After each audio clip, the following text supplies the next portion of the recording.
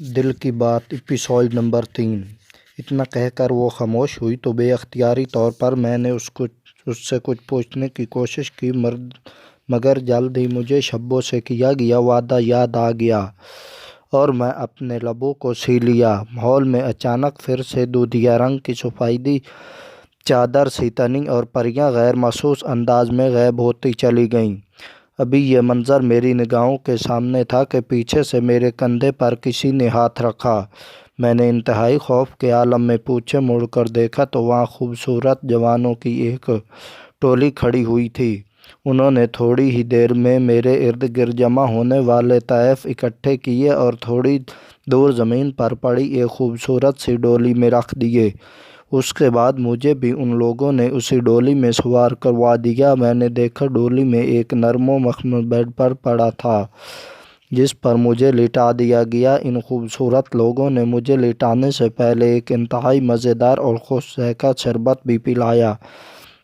وہ شربت پیتے ہی مجھے دنیا کی ہر چیز حسین لگنے لگی۔ میرے وجود میں سرور انصبات کی لہریں ہچکولے لینے لگیں اور میں جو پچھلے سالوں سے کبھی سکون کی نیند نہیں سو پایا تھا، آج پرسکون نیند کی گہری وادیوں میں اتر چلا گیا۔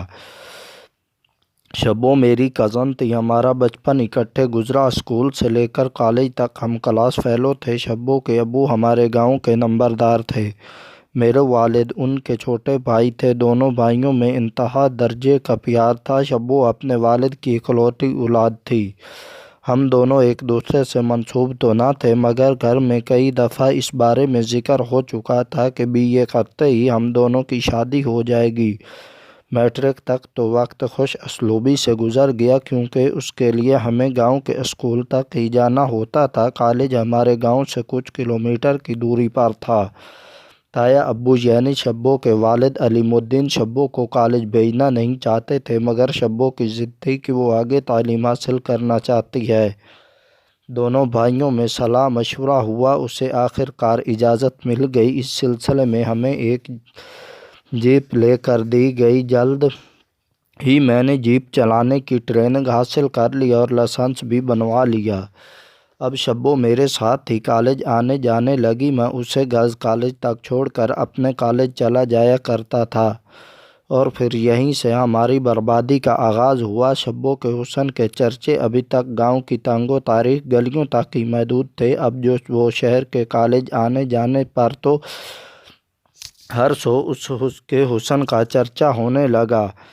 آپ کو بتاتا چلوں کہ حسن کے معاملے میں شبو پر اللہ تعالیٰ نے خصوصی نگاہ کی تھی۔ اس کو دیکھ کر اچھے اور نیک پارسا لوگوں کا بھی ایمان بھی ڈانو ڈول ہونے لگتا۔ اس پر جس کی بھی پہلی نظر پڑتی وہ مبہوت ہو کر اسے دیکھتا ہی رہ گیا۔ امیر لوگ اسے پانے کی آرزو کرتے تو غریب بیچارہ ٹھنڈی آہیں بھرتا حسرت کی نگاہ سے دیکھتے اور دل محسوس ہو کر رہ جاتے۔ میں جب شروع میں چھٹی کے وقت اسے کالج لینے جاتا تو نوجوانوں کی اس ٹولی کی کوئی خاص اہمیت نہ دیتا جس کا حجم روز بروز بڑھتا ہی جا رہا تھا، مگر اس چیز کا اندازہ مجھے جلد ہی ہو گیا کہ میرے ساتھ فرنٹ سیٹ پر بیٹھی ہوئی شبو کو لوگ کن نگاہوں سے دیکھتے ہیں۔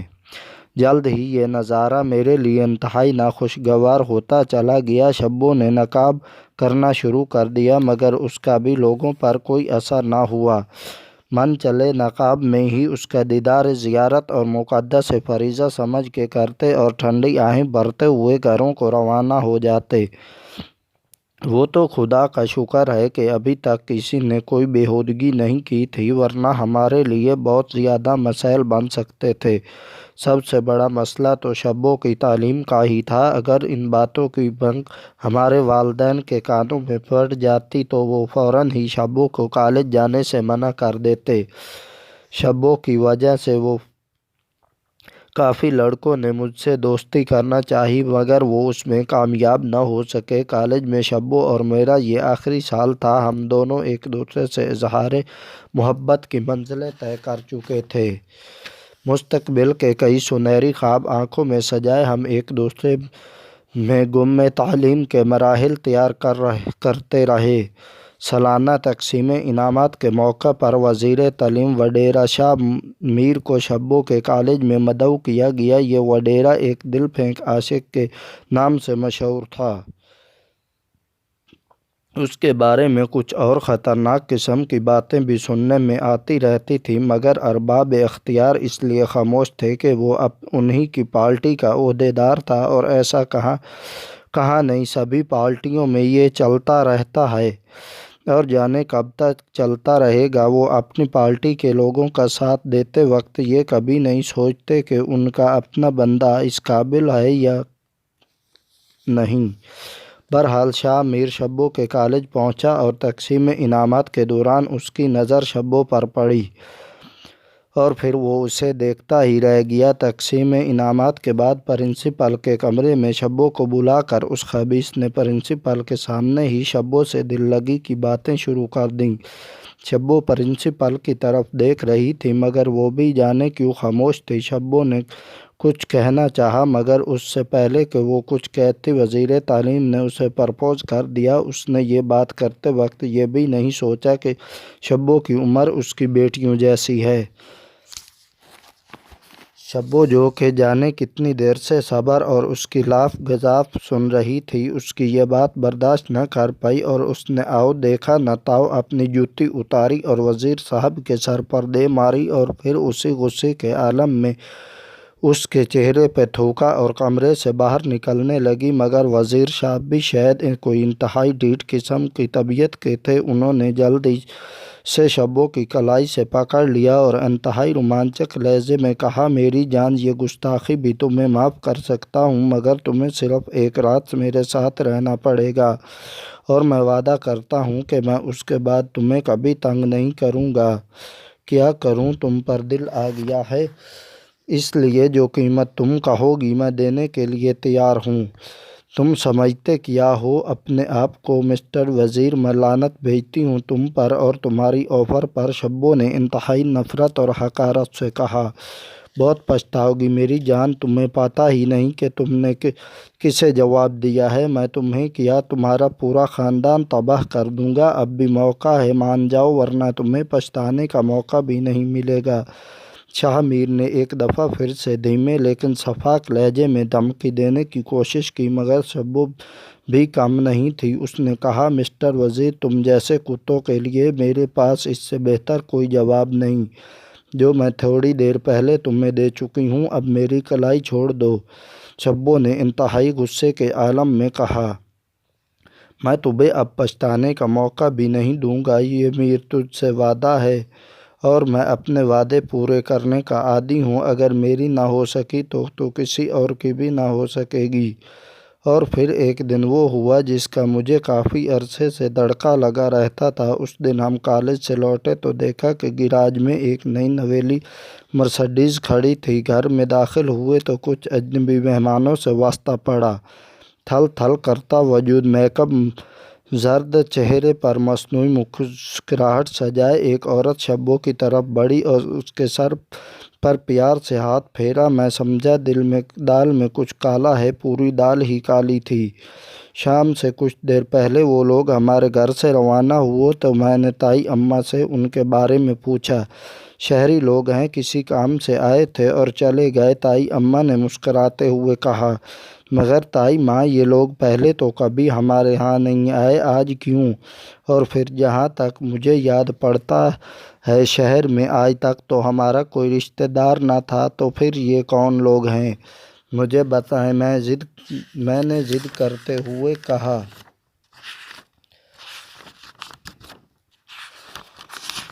بھائی، ان کو تمہارے تائی ابو سے کوئی کام تھا؟ اب مجھے نہیں پتا کیا کام تھا، انہی سے جا کر پوچھ لو۔ تائی ماں نے مجھے ایک دفعہ پھر چکر دینے کی کوشش کی، بات کچھ اور ہے۔ تائی ماں، سیدھا کہیے، آپ مجھے بتانا ہی نہیں چاہتی؟ میں نے اس دفعہ ناراضگی کا اظہار کرتے ہوئے کہا۔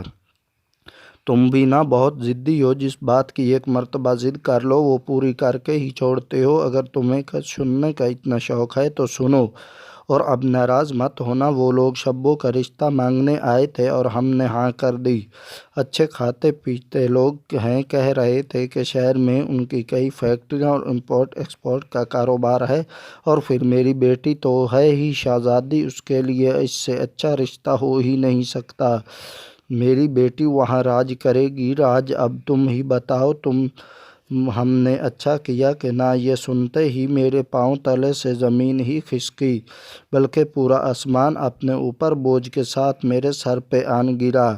میں تائی ماں کی بات کا جواب تو کیا دیتا، میرے لیے وہاں کھڑا رہنا ہی مشکل ہو گیا۔ میں جلدی سے اپنے کمرے میں پہنچا اور بستر پر گر گیا، اور پھر کیا تھا، میرے ضبط کا بندھن ٹوٹ گیا اور میں زاروں قطار رونے لگا۔ جلد ہی کسی نے میرے کمرے کی کنڈی کھٹکھٹائی، میں نے جلدی سے آنسو پوچھے اور آنکھیں ملتا ہوا باہر نکلا۔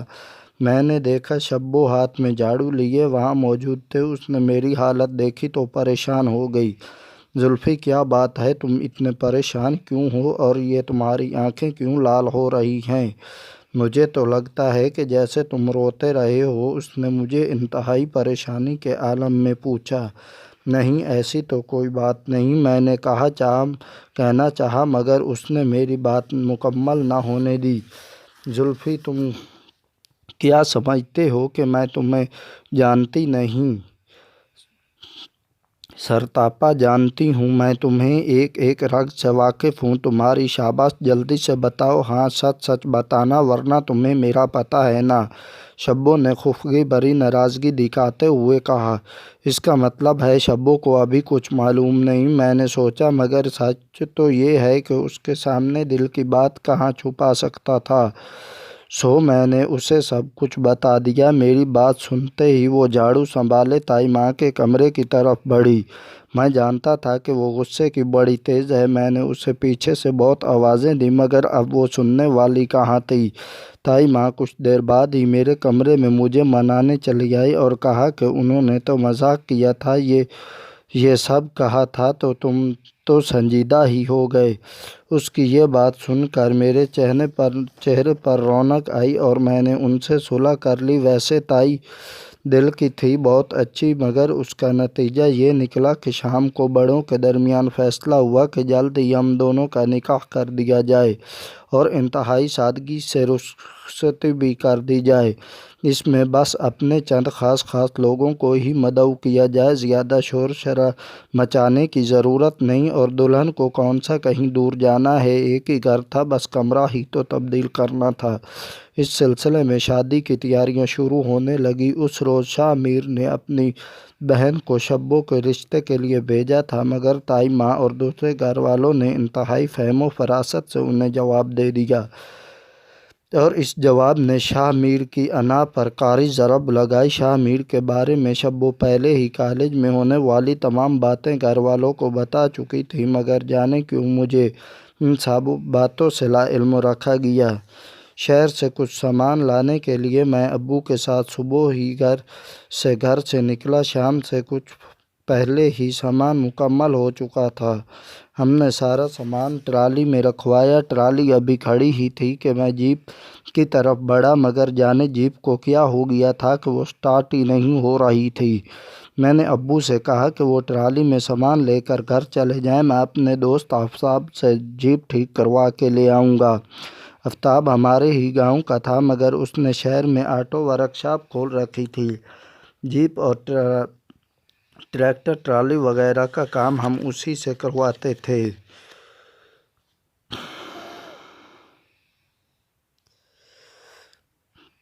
الغرض ابو ٹرالی کے ساتھ سامان لے کر چلے گئے۔ اس کے بعد میں آفتاب کو بلا کر لایا، مگر جیپ اس سے بھی سٹارٹ نہیں ہوئی۔ اس کے شاگرد جیپ کو دھکا لگا کر ورکشاپ تک لے گئے۔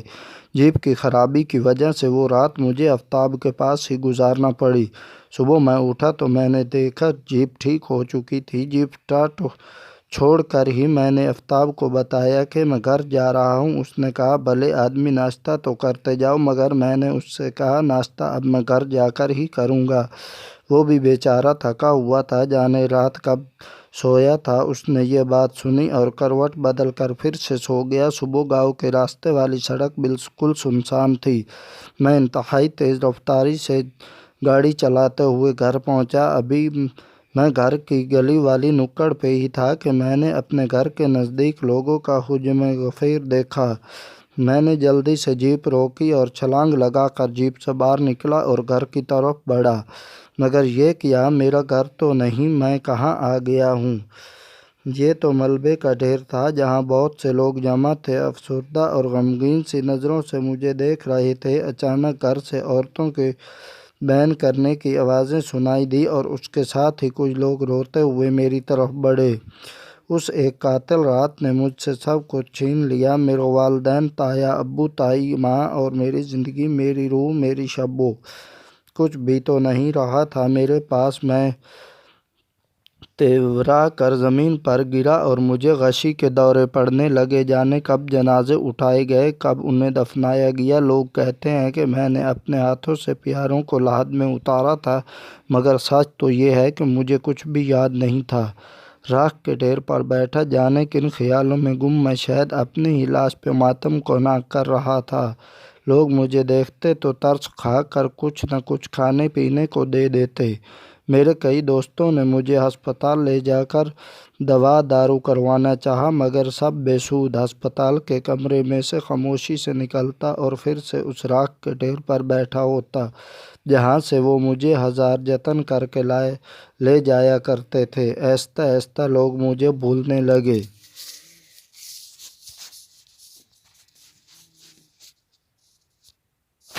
سردیوں کی ایک رات شاید میں سویا ہوا تھا یا پھر جاگ ہی رہا تھا کہ کسی نے مجھے پاؤں سے پکڑ کر اٹھانے کی کوشش کی۔ میں نے بوسیدہ کمبل کو اپنے اوپر سے اتارا اور سامنے دیکھا تو وہاں شبو کو کھڑے پایا۔ پھر کافی دیر اس سے میری راز و نیاز جاری رہی۔